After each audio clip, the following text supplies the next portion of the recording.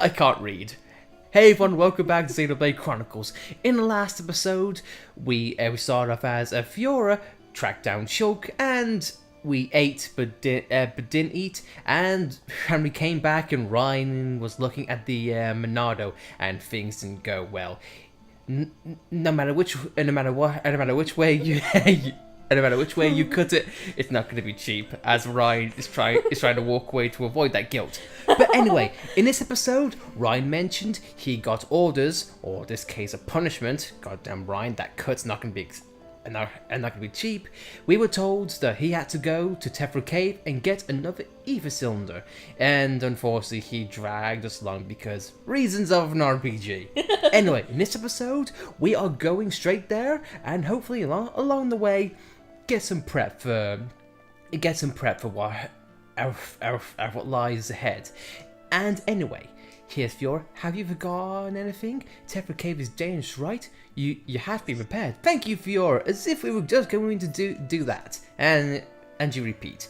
Anyway, off screen, the generic quest, and we picked up last episode.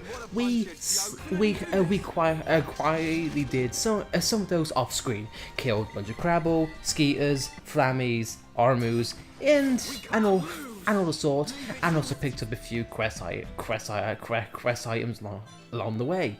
And in case you're wondering, what the area, what those stars on the right side in the footage that you're watching, that is affinity up for Colony 9.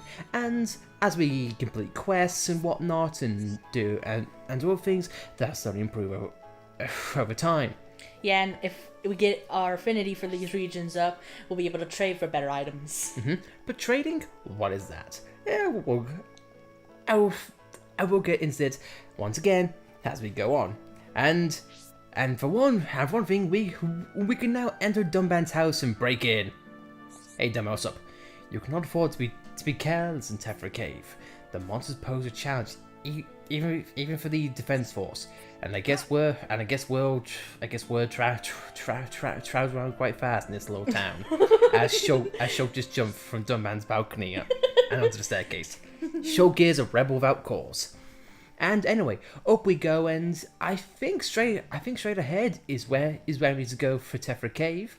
So in the meantime, we can pick up collect items. Hope we can knock these quests out fast. And I will say this ahead of time. Doing side quests in this game, very helpful, because not only do you get, bog standard experience and bog standard money, you also get AP and SP.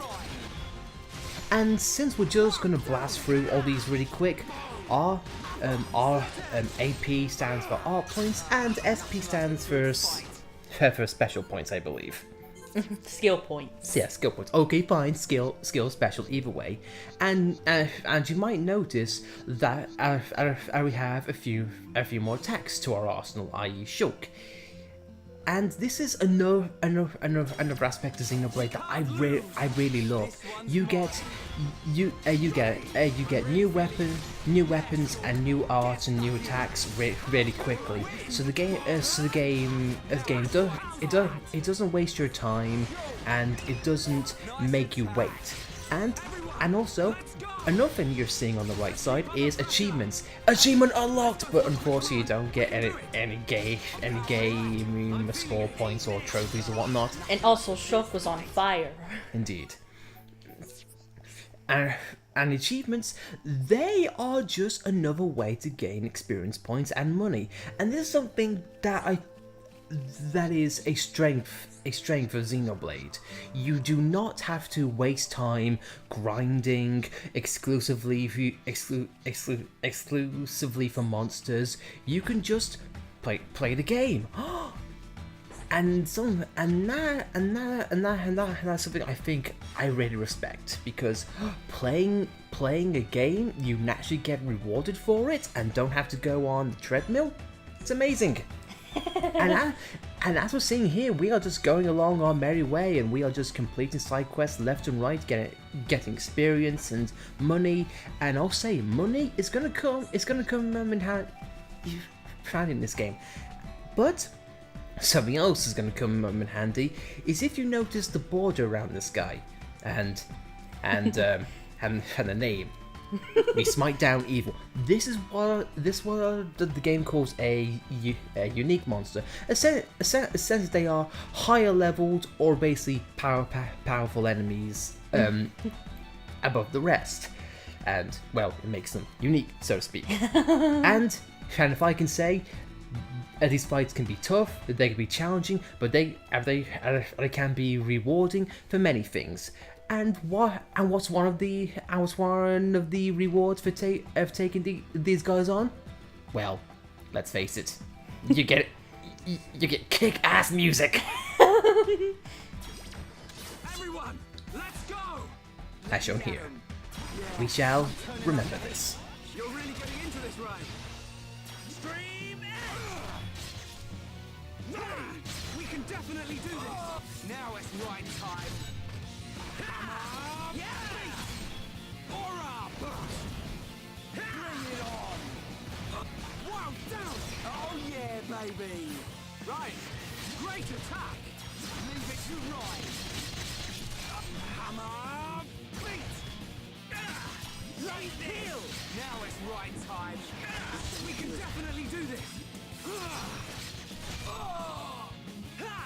Not gonna... This isn't going well. Alright, I'm feeling it. Not good. I'm sorry.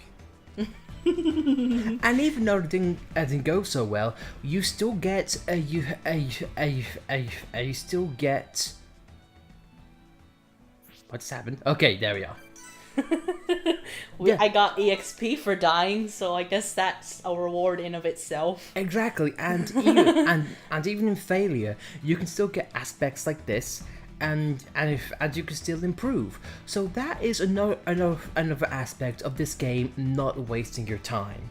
It doesn't simply rely on the gameplay loop saying well, you've got to grind, and therefore eventually you'll get better. No, this is a more fluent experience. Something that with the RPGs before this game came out, it was a tried and it was a very mundane trick. And that is just one of the ways that Xenoblade is such a fantastic game. And as we go on, we want to explain more of why we personally think in this aspect that this game is fantastic. And to be honest, this is, and for full disclosure, this is coming off a project in which both of us have just played a blind playthrough of Xenoblade 2, and so we're fresh off that, and we have a whole new perspective on why this game is so good. One thing I like about this game over 2 is that when you kill an enemy, you can collect their drops later on. When it's in 2, you kill an enemy, and it's either take the money or lose it. And there's there's so much more, but we don't want to downplay everything all at once. Here we are, Tephra Cave, and hopefully things are gonna go well better than that fight. But I also can't forget I just can't shake the feeling we're forgetting something.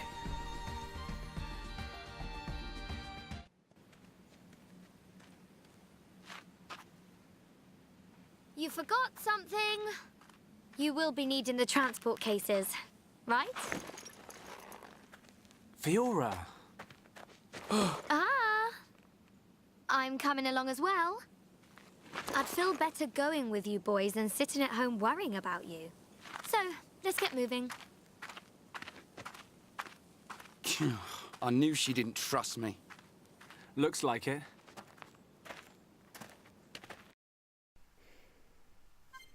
I mean, let's face it, we just did die to a bunnet.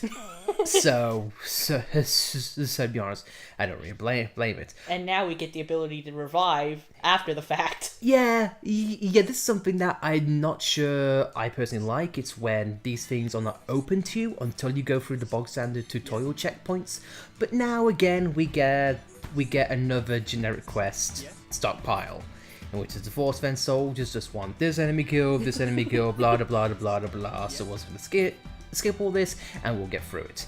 And hope with that'll be all. And fun fact, I like how the soldier right there was in the fence or by the fence, and now he's moved to the entrance. It's as if he politely moved to the entrance for Fiora.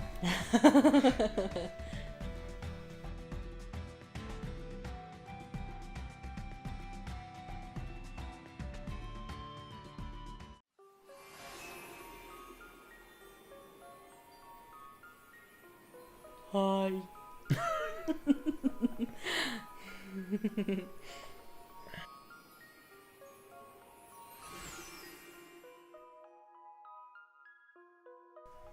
And now here we are, in our first entrance of Tephra Cave. Now this gives us, and as I told you with how we just blast through there to save your time, is that each enemy is not the same. There's different. If you look at the bunnet on the right side, you notice he has an eye icon. This means, as just there, if you go near them, they will attack you on sight. There's different enemies which do it for sound and other aspects as well. But for now, these enemies are going to be a piece of cake with not one, not two, but three of us combined, and this gives us time for Fiora to catch up. I say catch up even though she's the same level of us. Once again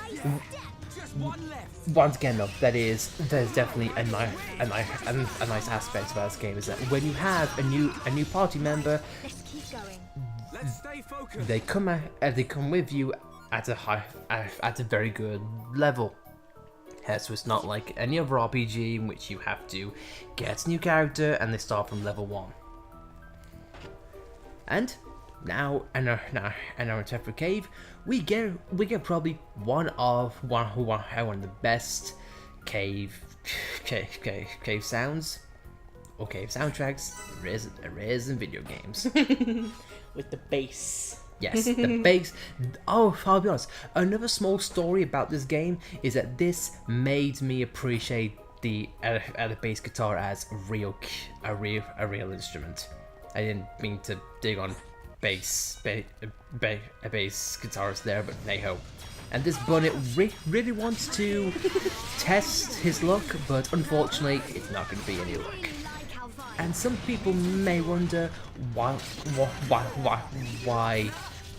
Shulk. Yeah, people want to wonder why Shulk is raising his arms in the air like he just does not care. But no, a reason why the bunnet's icon was blue and this one is black is simply because it's a way of the game tiering enemies compared to your level, how many party members you have and whatnot. Essentially, blue is easy, black is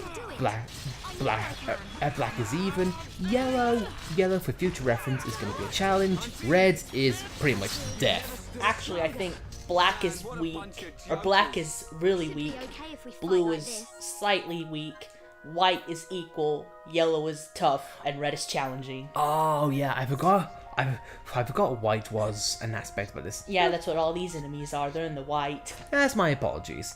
Yeah, the rating system is something that I'm not well versed with, but hey, at least know black is okay, red is not. I can feel myself getting stronger.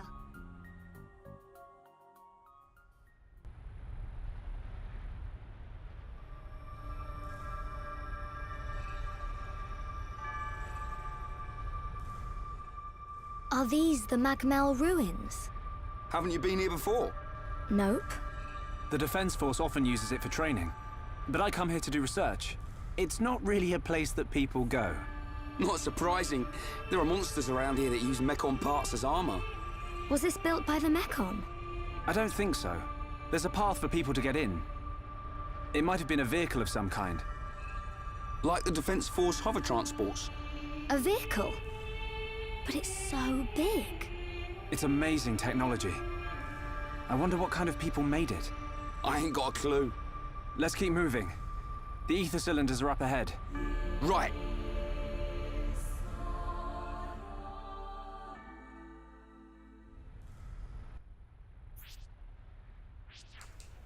And this is getting...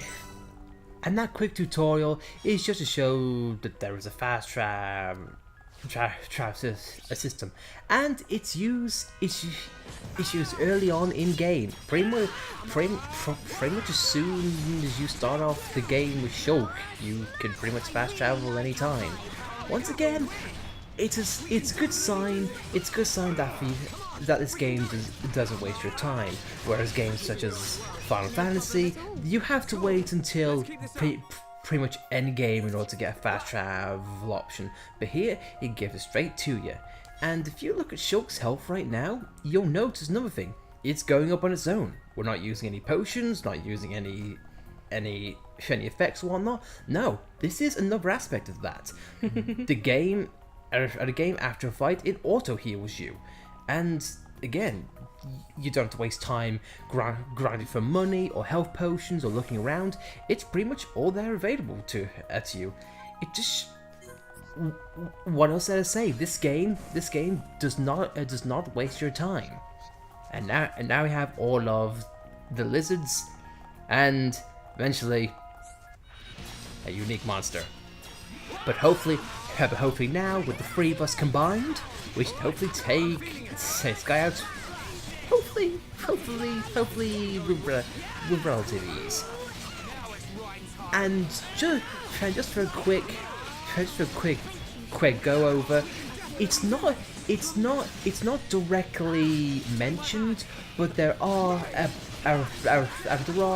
implied classes with Shredder characters. Shulk is your box down in the middle of the road protagonist, a jack of all trades but master of none. We'll get into that because now we get into a chain attack. This essentially time stops and we get to attack on our own terms. In case you're wondering, our turns go for the party orders, and you can choose a lot of everyone's art on your own. It gives you a good chance to change the flow of battle, even though Fiora's down. And now it's the Shulk on a backpedal, and we shall be right back. Oh, hope this guy doesn't kill us beforehand, because that will be bad. Nope, looks like the lizards are hell bent on chasing after you. But anyway, there you go, and they give up after a while, and so it makes escaping a fight you may not be prepared for a relatively safe to exit.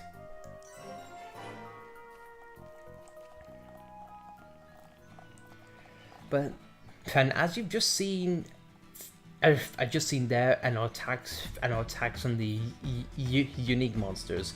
This game doesn't mess around. if you go in unprepared and foolhardy, yeah, this game will bite you.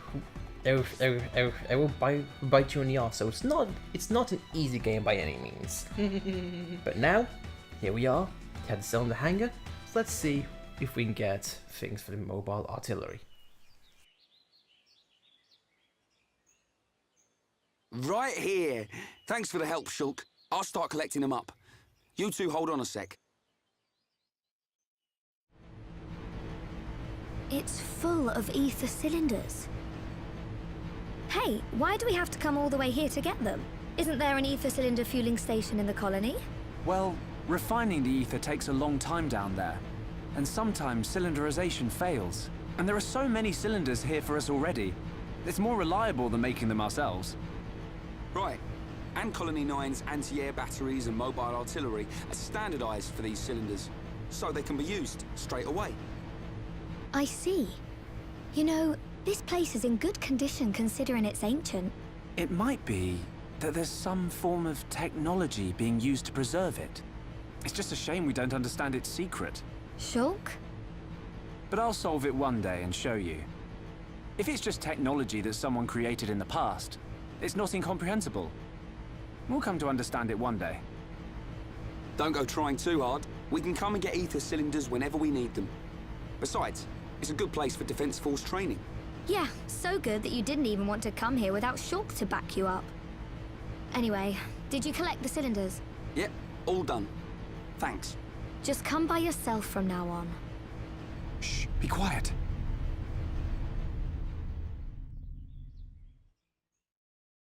Are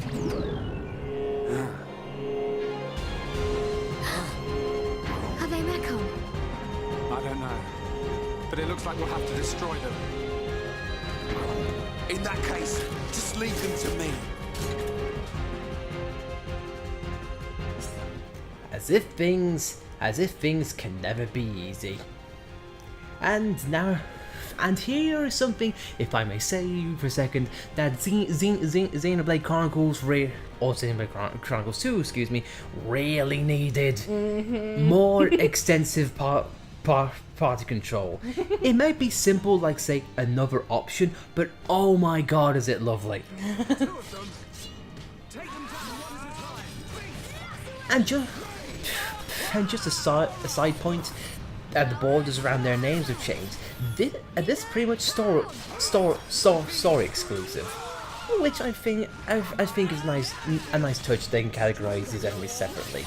And before we get sidetracked any other time, I want to continue my point on Tephra Cave. Again, party roles are not implied, but Shulk again, jack of all trades, master of none. Reyn is your typical slow tank. He's able to take the hits, but he's able to deal out a lot of damage in his own right. And Fiora, she is essentially a glass cannon. She can hit quick, and hit fast, but not really hard, not really that hard, and she can't really take many hits herself. I can't take any more. We'll be right back. Okay, so that attempt didn't go so well, much like our first attempt with the unique monster. But if things aren't going your way, here are a few things you can do. You just open up the main menu we see here, art and skills. So I think we'll show the first thing you can do. Your attacks, they have stats or they have levels. And if you want to upgrade them, a few things you can do is reduce the timer that it takes for them to come back, the amount of damage they do, the amount and of course, or the amount of healing they can do.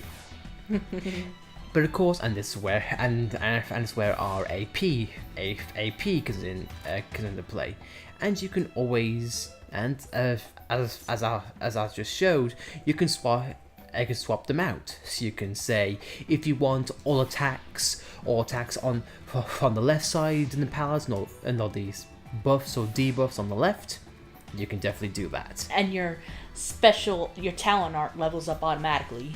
Yeah, the talent arts, they're pretty much respective of their types.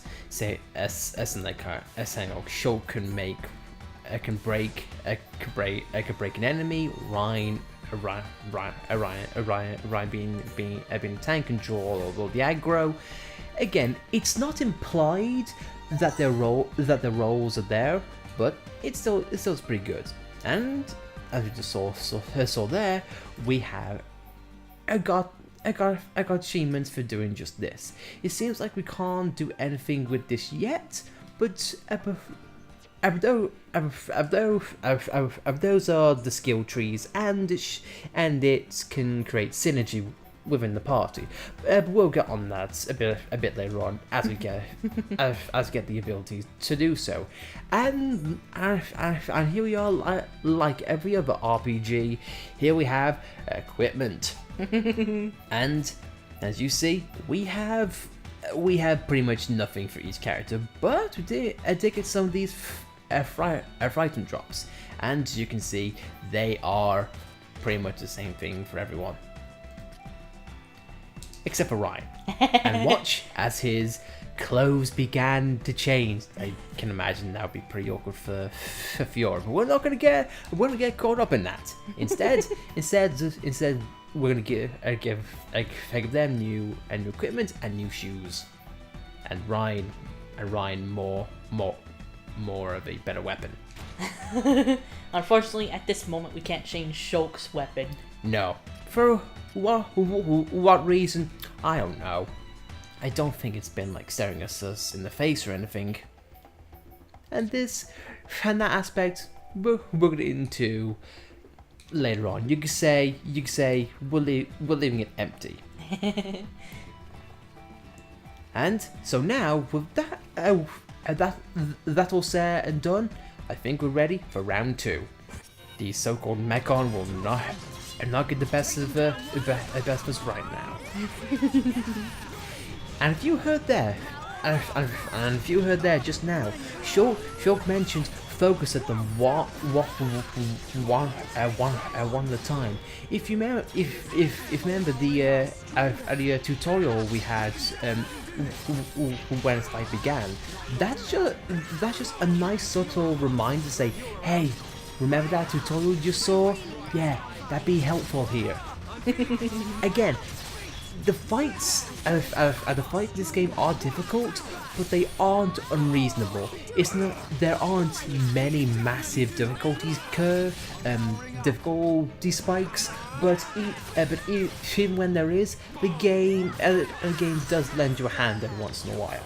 I do think the kindred system's a little bit friendlier in this game too. Yeah, at least from what we've seen. But as you can see now, we're handling it much differently, and as you can see, one art improvement changes a lot. Fiora, are you okay? I'm fine. How about you? I'm alright. Thanks to you and Reyn. What on Bionis were those? I've never seen anything like them.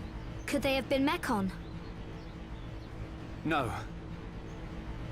I think they were something left by the civilization that built this vehicle. They didn't seem like Mechon to me. But why did they only show up now? I don't know. But they were probably built to protect this place. They might have been activated in response to something. But I don't think that something could have been us. Please, let's go back. I don't want to be here anymore. Me neither. And we've already got the ether cylinders.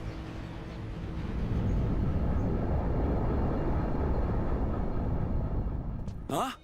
What's going on? Listen, what is that? That sound.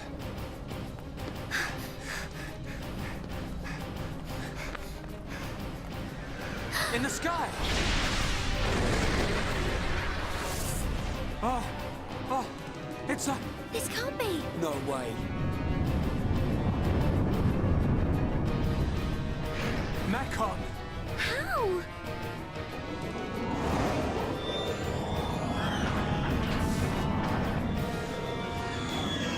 Didn't my brother destroy them all a year ago? Could that defense mechanism have responded to the Mechon? Let's get back to the colony. Come on.